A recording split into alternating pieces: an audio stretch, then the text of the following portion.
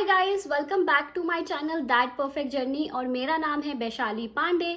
तो आज मैं आपके लिए एक बहुत ही खास वीडियो लेके आई हूँ जिसके लिए मुझे बहुत सारे क्वेश्चंस आ रहे थे कि आपने अपना इंडिया से कोर्स चेंज किया है, कैसे किया है, क्या क्या प्रोसीजर्स हमें रहते हैं, इमिग्रेशन पे हमें क्या ऑफर लेटर दिखाना होता है या क्या क्वेश्चंस हमसे पूछे जाते हैं, कोई प्रॉब्लम फेस करनी पड़ती है क्या अगर हम इंडिया से कोर्स चेंज करके आएँ। तो आज आपके इन सारे सवालों का जवाब इस वीडियो में आपको मिलने वाला है। प्लस मेरे कई फ्रेंड्स ने इंडिया से कोर्स चेंज किया है, किसी ने 2 ईयर का 1 ईयर में किया है, 1 ईयर का 2 ईयर में किया है, DLI भी चेंज किया है। तो आपको सारी इन्फॉर्मेशन इस वीडियो में मिलने वाली है। अगर आप भी किसी सिचुएशन से गुजरने वाले हो तो इस वीडियो को एंड तक देखना, स्किप मत करना। और देखने से पहले सब्सक्राइब का बटन ज़रूर प्रेस कर देना, आजकल वो ब्लैक कलर का हो गया है। सब्सक्राइब कर दो ताकि आपको ऐसी अच्छी इन्फॉर्मेशन वीडियोज़ आगे मिलती रहें। बिना किसी देर किए वीडियो को शुरू करते हैं।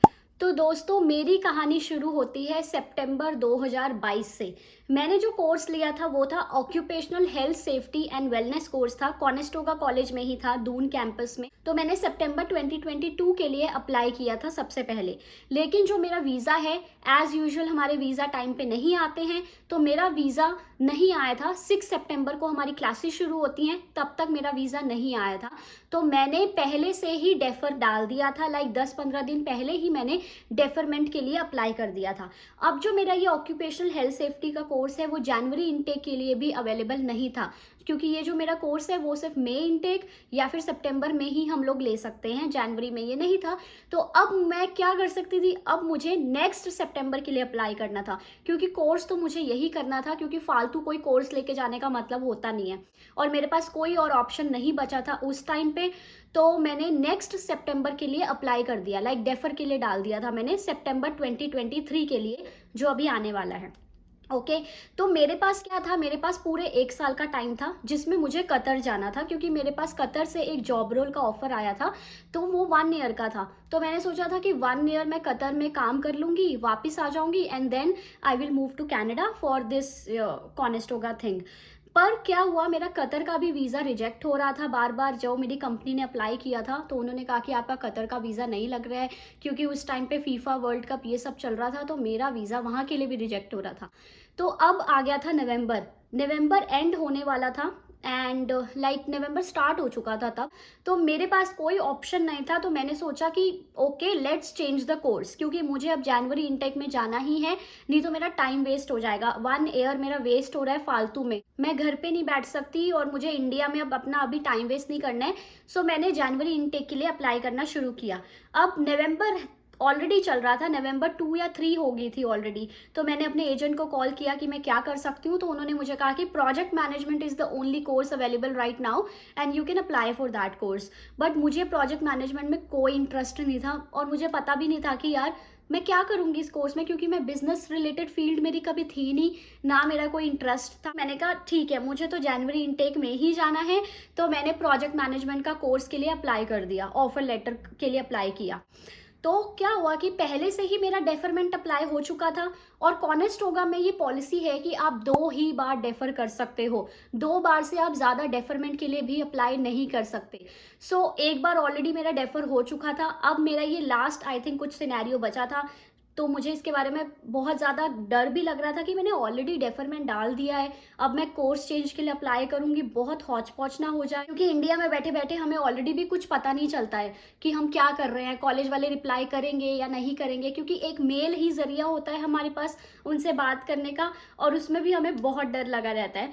तो बट मैंने अप्लाई किया, मैंने मेल डाला, इंटरनेशनल एडमिशन ऑफिस @conestoga करके एक आईडी है, उस पर मेल डाला, प्लस अपने प्रोजेक्ट मैनेजमेंट के कोऑर्डिनेटर को मेल किया और ऑक्यूपेशनल हेल्थ सेफ्टी वाले कोऑर्डिनेटर को भी मैंने सीसी में रखा कि उनको मैंने बताया कि मैंने ऑक्यूपेशनल हेल्थ सेफ्टी लेना था, लेकिन मेरा वीज़ा जो है अब आया है, सितंबर 21 को मेरा वीज़ा आया था।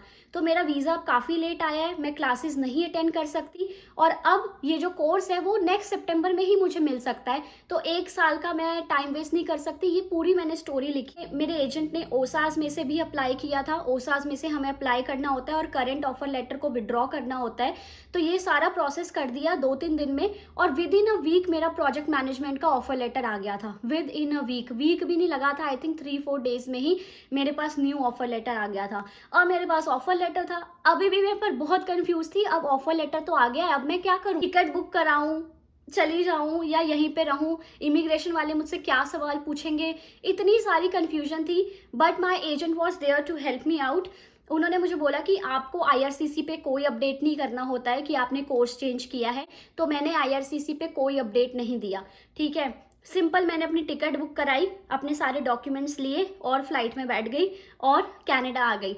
अब मेन जो हमारी चीज़ होती है वो होती है कनाडा इमिग्रेशन बॉर्डर पे, कि वहाँ हमें कौन सा ऑफर लेटर दिखाना है, कोई क्वेश्चन पूछेगा तो क्या बोलना है। तो गाइस मैंने सिर्फ अपना न्यू ऑफर लेटर ही दिखाया था, प्रोजेक्ट मैनेजमेंट का ऑफर लेटर दिखाया था मैंने अपना, और जहाँ पे भी लोग पूछ रहे थे मैंने वही वाला एलओए अपना दिखाया था। उसके बेसिस पे मुझे मेरा स्टडी परमिट दे दिया। It was that simple. और मैं आई और मैंने अपने प्रोजेक्ट मैनेजमेंट की क्लासेस लगाना शुरू कर दी। तो मैं अब आपके सामने अपनी एक फ्रेंड को कॉल लगाऊंगी। उन्होंने डीएलआई चेंज किया था, मतलब कॉलेज ही चेंज किया था इंडिया से, और कोर्स भी चेंज किया था। तो हम आपको उनकी स्टोरी अब सुनाते हैं। हेलो। हेलो। हाय स्वाति, मैं वैशाली बोल रही हूँ। आप पहले बताओ कि लाइक आपने कौन सा इनटेक लिया था और कौन से कॉलेज में, और क्या कोर्स के लिए अप्लाई किया था?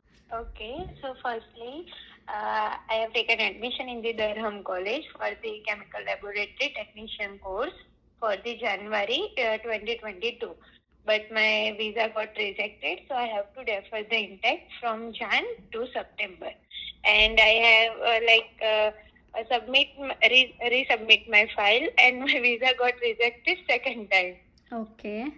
So I have to defer the intake from September 2022 to Jan 23. Okay. And second time,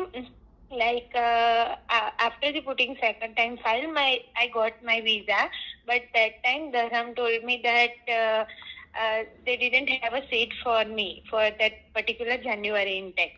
okay, मतलब आपका January वीजा 23. आ गया, उसके बाद आपको धर्म कॉलेज ने बोला कि उनके पास Yeah, सीट नहीं है। मेरा वीजा आ गया, और उसके बाद मैंने कॉलेज को इन्फॉर्म किया हमें हमारी वो वीजा का प्रूफ सबमिट करना होता है, राइट? तो मैंने सबमिट किया, तो उसका मेल आया कि तुम दरहम में स्टडी नहीं कर सकते फॉर जनवरी इंटेक के लिए, you have to wait until the September 24.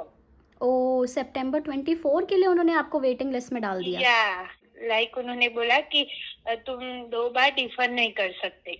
Okay. This is not in the policy of Durham College. Okay, और धर्म में हम कितनी बार डेफर कर सकते हैं? Only 1 time in the Durham College. Okay, but Conestoga में हम 2 बार कर सकते हैं, मतलब हर कॉलेज की अलग अलग पॉलिसी है इसमें। हाँ, कॉलेज की पॉलिसी अलग अलग होती है। That time my agent suggested me to in the Conestoga project management is open. So I have applied for the project management, and within the 2 or 3 days I got the offer letter.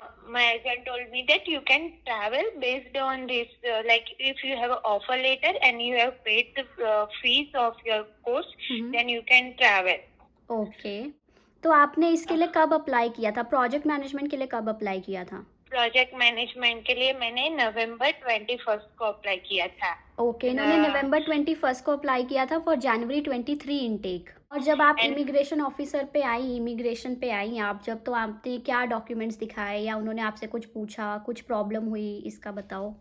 नहीं, उन्होंने मेरे को पूछा कि purpose of why are you coming in Canada, so for the study purpose, and what is your college. सो I have tell him that Conestoga College and Project Management. Conestoga में मेरा admission था और मैंने उसकी फीस पे की थी, तो कोई प्रॉब्लम नहीं थी. और we can do that. We can inform the IRCC by submitting the web form.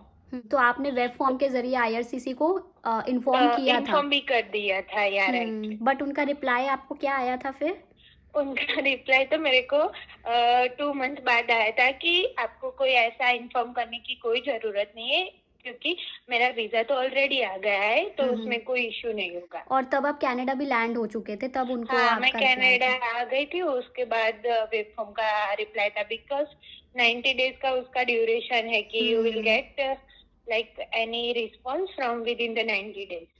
तो आपको मतलब यहाँ आने तक कोई प्रॉब्लम नहीं हुई, आपने कोई डीएलआई भी भी चेंज नहीं, किया, कोर्स भी चेंज किया, है ना? कोई भी प्रॉब्लम नहीं थी, बट लाइक वैलिड कॉलेज होनी चाहिए, वैलिड प्रोग्राम होना चाहिए, लाइक कि पार्ट टाइम और ऐसा नहीं, फुल टाइम प्रोग्राम होना चाहिए और वैलिड कॉलेज होनी चाहिए, तो कोई भी Right. इशू नहीं। मेरे को तो कोई भी इशू नहीं हुआ था, तो किसी को भी नहीं होगा। राइट।